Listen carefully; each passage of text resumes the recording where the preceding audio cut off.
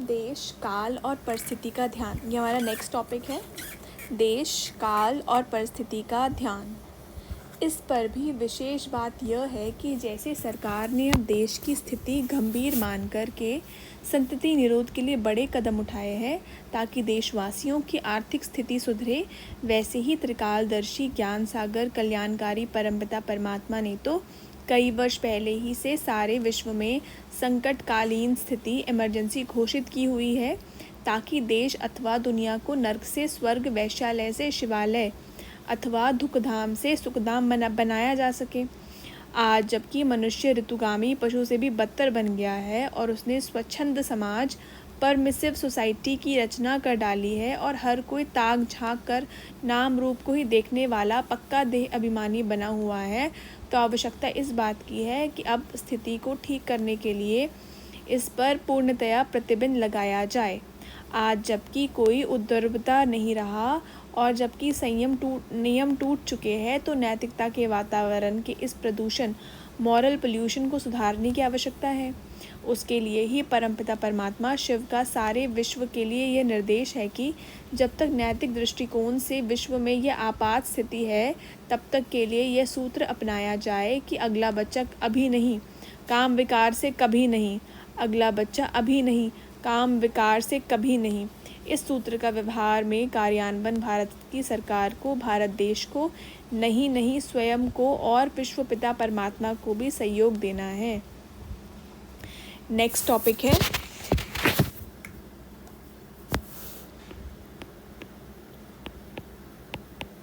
एक नारी सदा ब्रह्मचारी।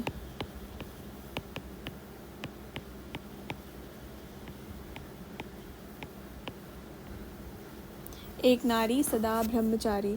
जब गृहस्थ लोगों से ब्रह्मचर्य और योग के बारे में चर्चा होती है, तो वे कहते हैं कि गृहस्थ में यदि एक नारी के नियम का पालन किया जाए तो वह भी ब्रह्मचर्य पालन ही है।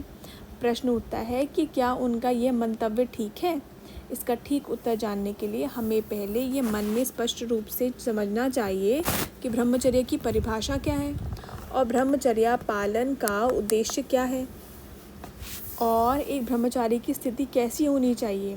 ब्रह्मचर्य का अर्थ है ब्रह्म में विचरण, इस संसार में स्वयं को ज्योति स्वरूप आत्मा निश्चय करते हुए ऐसे कर्मों में प्रवृत्त होना कि जिससे मन ब्रह्म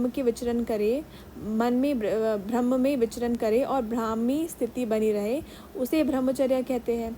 मैं ब्रह्मलोक से आया हूँ और इंद्रियों का नियंत्रण में रखते हुए मुझे ऐसे कर्म करने हैं कि मैं वापस पवित्र ब्रह्मधाम जा सकूँ। इस स्मृति में स्थित होते हुए अपनी दैनिक चर्या को निभाना ही ब्रह्मचर्या है। इसका उद्देश्य ईश्वरीय विद्या को प्राप्त करना, योग युक्त होना तथा अपना संपूर्ण विकास करते हुए अंततो गत्वा मुक्ति को प्राप्त होना है। वास्तविक अर्थ में ब्रह्मचारी वह है जो केवल इंद्रियों से नहीं बल्कि मन, वचन और कर्म तीनों रूपों से सर्वदा तथा सभी स्थितियों में हर प्रकार के मैथुन को त्याग देता है। स्वयं शास्त्रों ने स्पष्ट शब्दों में यही कहा है कि तन, मन, वचन तथा कर्म से सदा और सर्व अवस्थाओं में मैथुन को त्यागना ही ब्रह्मचर्य है। अब यदि इस दृष्टिकोण से देखा जाए तो गृहस्थ में काम विकार द्वारा पतित होने वाले को तो ब्रह्मचर्य कहा नहीं जा सकता, क्योंकि वह सदा सर्वत्र सर्व अवस्थाओं में तथा मनसा वाचा कर्मणा मैथुन को त्यागे हुए नहीं होता। नेक्स्ट टॉपिक है उक्ति का अर्थ। जब प्रश्न उठता है कि आखिर इस उक्ति का अर्थ क्या है, उसका उत्तर यह है कि एक ज़माना था जब भारत के पुरुष एक नारी का नियम पालन करते हुए सदा ब्रह्मचारी रहते थे। वे देवता कहलाते थे। श्री नारायण का श्री लक्ष्मी के साथ ऐसा ही संबंध था। श्री नारायण उद्धर्वता रेता थे, अधोरेता नहीं थे। वे काम विकार द्वारा पतित होने वाले नहीं थे, बल्कि मानसी सृष्टि करते थे। तभी आज भी कहा जाता है, हे नर, तू ऐसी करनी कर कि नर से श्री नारायण पद को पाले। तभी तो उनके जीवन को कमल पुष्प के समान अलिप्त माना जाता है। तभी तो उनका गृहस्थ पवित्र एवं पूजनीय है। अतः एक नारी सदा ब्रह्मचारी की उक्ति उन देवताओं पर चरितार्थ होती है जो भोग बल से नहीं बल्कि योग बल से, काम विकार द्वारा नहीं बल्कि उद्वरेता होकर संतति पैदा करते थे।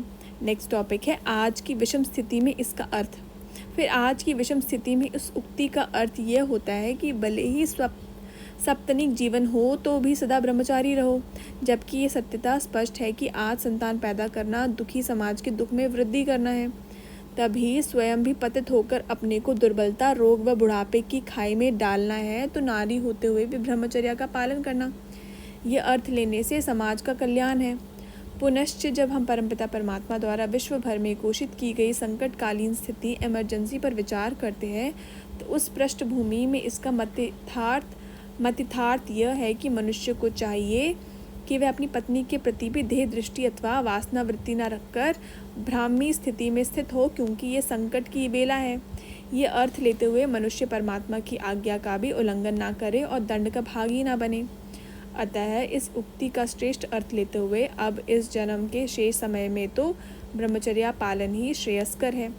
मनुष्य जन्म जन्मांतर प्रभु से जो प्रार्थना करते आए हैं कि हे प्रभु, सभी सुखी हो, सभी निरोगी हो, सभी एक दूसरे को भ्रातृत्व भाव से देखें और किसी को अंश मात्र भी दुख ना हो, इस प्रार्थना का कार्यान्वयन अब भी ब्रह्मचर्या पालन के द्वारा हो सकता है, क्योंकि काम विकार द्वारा तो नर नारी को आदि मध्य अंत दुख होता है। इसके कारण ही तो नर और नारी दोनों ही अपनी सुकुमारता को तथा अपने तेज, ओज और वर्चस्व को गंवा बैठते हैं। जीवन शक्ति के क्षय से न केवल नर ही वासना के भोग के बाद निस्तेज, सांवला अथवा पीला प्रतीत होता है और थका मंदा सा दिखाई देता है, बल्कि नारी भी प्रसव तथा उसके पहले तथा बाद के सभी कष्ट झेलती है।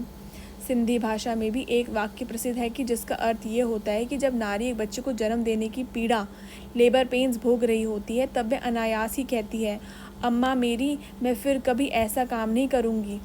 परंतु वह बाद में उस पीड़ा को भूल कर फिर क्षणिक हर्ष की पट्टी आंख पर बांधकर काम कटारी से घायल होने को तैयार हो जाती है। पुरुष भी पुनः ये विषैला पकवान खाने को तैयार हो जाता है। अतः ये याद रखना चाहिए कि कोई ब्रह्मचर्य आश्रम में हो या गृहस्थ आश्रम में, काम तो विष ही है। काम को गीता में नरक का द्वार यह जो संज्ञा दी गई है वह केवल ब्रह्मचर्य आश्रम वालों के लिए नहीं, बल्कि विशेष तौर पर गृहस्थ आश्रम वालों के लिए ही है, क्योंकि साधारणतः ब्रह्मचर्य आश्रम वालों से ही तो ये आशा की ही नहीं जाती कि वह इस नरक के द्वार में प्रवेश करेंगे। भारत में काम के आदि, मध्य और अंत की सारी क्रियाओं को नारकीय माना जाता है। जिस स्थान पर नारी बच्चे को जन्म देती है उस स्थान को भी अपवित्र माना जाता है। प्रथा के अनुसार एक निश्चित दिन पर सारे घर अथवा स्थान को धोया तथा साफ किया जाता है। नहाने, धोने, वस्त्र बदलने आदि के बाद ही कहीं स्वच्छता आती है। स्पष्टतः ये अपवित्र कर्म तो है ही, परंतु यह भी एक विडंबना है कि और तो लोग मुक्ति प्राप्त करना चाहते हैं अथवा स्वर्ग जाना चाहते हैं, और दूसरी ओर वे बंधन बढ़ाने वाले तथा जीवन को नरक बनाने वाले कर्म करते हैं। नेक्स्ट टॉपिक है, क्या काम विकार के बिना पति पत्नी संबंध निरर्थक है। नेक्स्ट का टॉपिक का नाम है, क्या काम विकार के बिना पति पत्नी संबंध निरर्थक है। आज लोग ये मानने बैठे हैं कि पति पत्नी के नाते की आधारशिला ही काम है।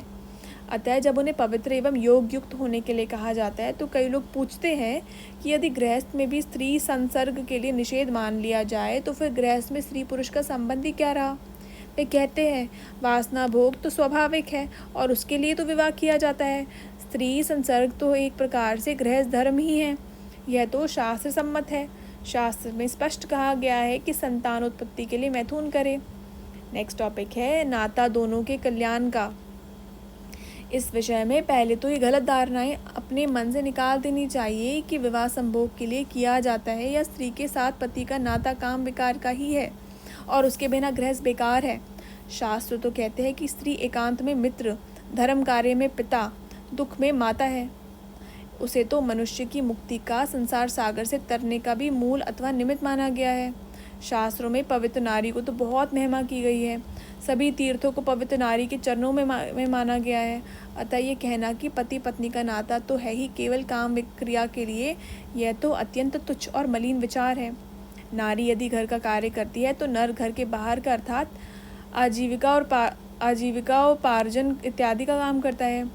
दोनों ही एक रथ के पहिए हैं। दोनों मुक्ति तथा जीवन मुक्ति रूपी लक्ष्य की सिद्धि के लिए एक दूसरे के सहयोगी है। दोनों का आत्मिक नाता क्या कम महत्व का है। हमें तो यह समझना चाहिए कि दोनों एक दूसरे का पतन कराने वाले नाते से बंधे हुए नहीं हैं, बल्कि एक दूसरे के कल्याण के निमित्त संबंधी है। अतः ये कहना कि संभोग तो गृहस्थ का धर्म है, ये तो बहुत ही पतनकारी विचार है। धर्म तो पवित्रता का ही दूसरा नाम है। स्वयं शास्त्र में भी कहा गया है कि जो धर्म को त्याग करके इंद्रिय वशात विषय भोगी मन बनता है वह महती दुर्गति को प्राप्त होता है। अतः शास्त्र में तो यह कहा है कि हर प्रकार का प्रयत्न करके धर्म और जीवन शक्ति ब्रह्मचर्य की रक्षा करो। यह तो नहीं कहा गया है कि खूब विषय भोग करो। नेक्स्ट टॉपिक है आधार स्तंभ ही ठीक नहीं। पुनश्च अब मान लीजिए कि किसी ने गृहस्थ करने से पहले ब्रह्मचर्य आश्रम का तो विधिवत पालन किया ही नहीं, आध्यात्मिक विद्या की भी प्राप्ति तथा अनुभूति भी नहीं है और अपने जीवन को भी श्रेष्ठ संस्कारों से युक्त तथा सत्कर्मों वाला बनाया नहीं, तो कम से कम अब तो यह आध्यात्मिक विद्या प्राप्त करे और उसके लिए ब्रह्मचर्य का पालन करे। मनुष्य को यह याद रखना चाहिए कि दुखों से बचने के लिए बुरे कर्मों से बचना ज़रूरी है और बुरे कर्मों से बचने के लिए आध्यात्मिक विद्या एवं राजयोग की शिक्षा आवश्यक है और उस शिक्षा को जीवन में ठीक तरह से धारणा करने के लिए ब्रह्मचर्य का पालन आवश्यक है। अतः यदि कोई गृहस्थ है तो क्या हुआ, अब अपने कल्याण के लिए और जीवन के लक्ष्य की सिद्धि के लिए ईश्वरीय विद्या तो ले। और विद्या प्राप्ति के लिए शास्त्रों में स्पष्ट कहा है कि ब्रह्मचर्य का पालन परम आवश्यक है। तो अब गृहस्थ को चाहिए कि ईश्वरीय ज्ञान की प्राप्त्यार्थ ब्रह्मचर्य का पालन करे और उसके लिए स्वयं को ही अभी कुमार या कुमारी समझे और आत्मनिष्ठा हो। तब हम आगे की बात आगे करेंगे। शास्त्रों में स्पष्ट कहा है कि ब्रह्मचर्य से ही ज्ञान की धारणा होती है। चलो उस ज्ञान नगरी में मैं तुम्हें ले चलता हूँ, उसमें प्रवेश करो, उससे आपको सुख और संरक्षण मिलेगा। तो जो लोग ज्ञान की नगरी में घुसे ही नहीं, ब्रह्मचर्य और पूर्णतः कुमार बने ही नहीं, वे विषय विकार की नगरी में घुसना चाह रहे हैं। यह भी कोई बात है। आधार स्तंभ भी ठीक नहीं और उस पर 3 मंजिलें शेष 3 आश्रम खड़ी करने चले हैं। नेक्स्ट टॉपिक हम आगे नेक्स्ट वीडियो में कंटिन्यू करेंगे।